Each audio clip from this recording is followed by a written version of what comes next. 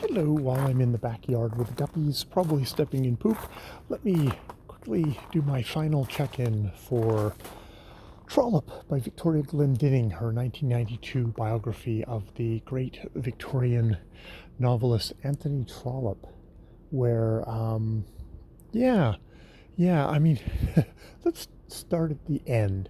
You know, everybody dies, and oftentimes, if you're lucky enough to live long enough, that ending isn't really fun. Um, and I mean, for Anthony Trollope, a part of the not funness starts before what I would say is like the serious physical decline, which is that he just becomes he hit a point where he was super big that he kind of jibed with his age, and then he passed that, and he became a monument. He became kind of the old guard. He became something that people were like, yeah, I guess I should read his novels. They come out all the time because he's a very prolific author. But people didn't really give a shit. And you get to, you know, The Way We Live Now, which is like maybe one of his greatest novels, and comes out at a time when people are kind of like, meh, I'm kind of over him.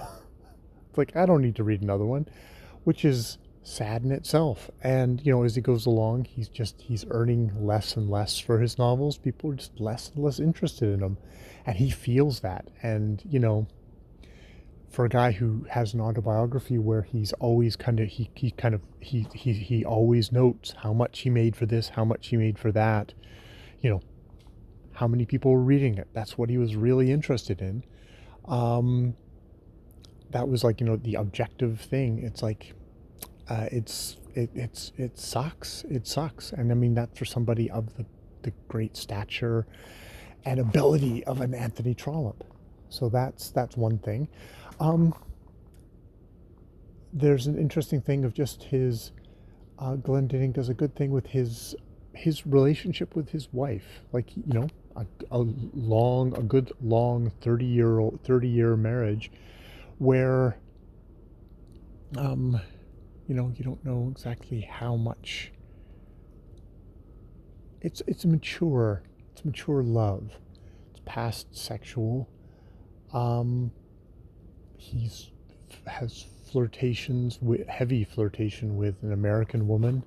Um, he had other passionate friendships that wasn't what was happening with him and Rose by the end. And maybe that's just a thing of, a husband and wife, but it's sort of a mature kind of look at something like that, and something that, Anthony Trollope himself, I think, I think about Lady Glencora and Plantagenet Palliser. They didn't have a passionate marriage, but they had, it's maybe that was his best view of his marriage, was that kind of relationship where it wasn't like, we're passionately in love, but it's just like, an enduring, loving relationship of being together, in a way. Um, I think this book gave me a really kind of better sense of Anthony Trollope, the guy. It's this big, loud, vulgar kind of guy that people were really surprised that you're the one who writes these kind of sensitive novels. Though I think maybe the thing that it seems that I do see is that as a modern reader reading the novels, you think, oh, these are Victorian novels, they're very proper. It's just like, no, it's just about how vulgar they were seen at the time, how he was seen for doing things that weren't, that were déclassé, which were he was bringing up and depicting stuff that was like odious and stuff like that. But and maybe that's a part of that thing of the time, is what was daring and cutting edge at one point wasn't as it went along. I mean, and he a lot of times was going like, oh, I don't know if I'm going to get slammed for this, and then nobody cared, which is like, oh, that might hurt thing. You were used to being a little bit more, catching people's eye and all that stuff, and suddenly it's just like, no, even the hardest core stuff you can do is still not.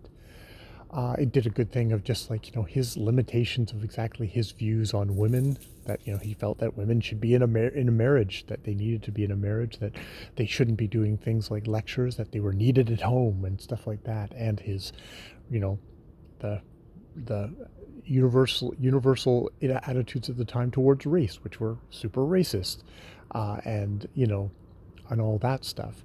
That is all depicted in this book. But the big thing with this book is that Victoria Glendinning gets so much of his novels into this biography.